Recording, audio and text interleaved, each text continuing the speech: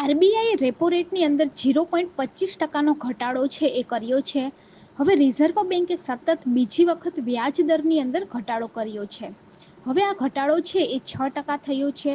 Loan છે એ સસ્તી થશે અને તમારા જે ઈએમઆઈ છે કરંટના એ પણ સસ્તા થશે.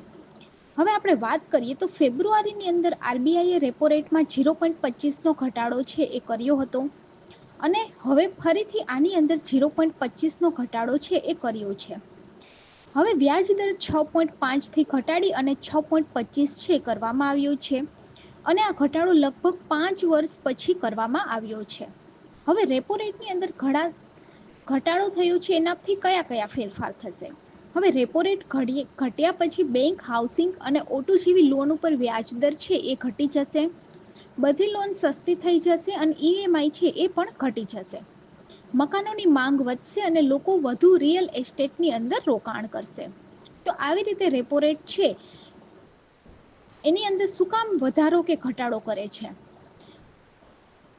તો આ ઘટાડો છે એ માંગ ઘટે છે અને મોંઘવારી પણ ઘટે છે અને નાના પ્રવાહ ઘટે છે. અર્થતંત્રની અંદર નાણાંનો પ્રવાહ છે ઓછો થાય છે. રેપો રેટ વધુ હશે તો બેંક જે છે એ સેન્ટ્રલ બેંક પાસેથી મળતી લોન પણ મોંઘી થશે. તો આવી રીતે રેપો રેટ છે એ ઘટ્યો છે. જો વિડીયો સારો લાગ્યો હોય તો ગવર્મેન્ટ સાથી ચેનલને સબસ્ક્રાઈબ જરૂરથી કરી દેજો.